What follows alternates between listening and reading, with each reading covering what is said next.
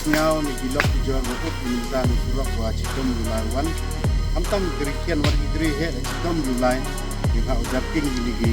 surok. Jadi daw berkat nga wa hamtam ni sudut mustom di ketai kena mustom kenjar dah lain surok ni daw sing. Bun house nem memory pero ni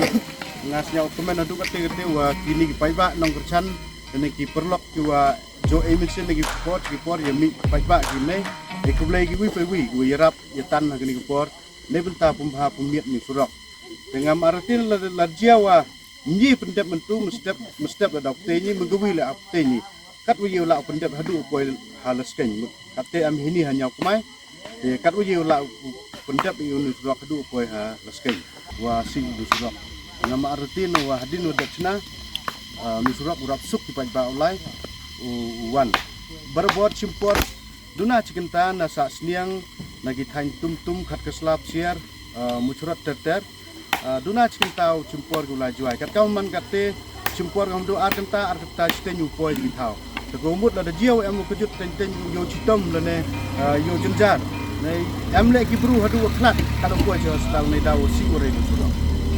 itu jing luting sap ini ngasnya ekubelai gerbang rumah fair boy na mugayau wadah penyerap GCB wadah perwil arteli katu kan ni ngut perlok wadah ya ki pick up ke kiwatam minete da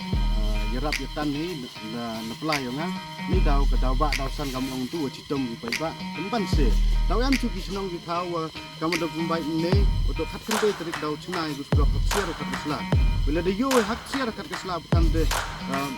tak tahu lai le senong lai dia kejat le saja citom untuk masih itu sudah kat kendai terik yang ni bilang terpat ni gini ginong senong ni waktu perlok pemilihan dan macam ni amlang ada kat kendai terik yang pembahai ni sudah kalau ni sudah betul dekat tahu sini yang musnah yang mereka yang mupai tentang hatu kirah derak ya ki wujud nang lu koi di tahu orang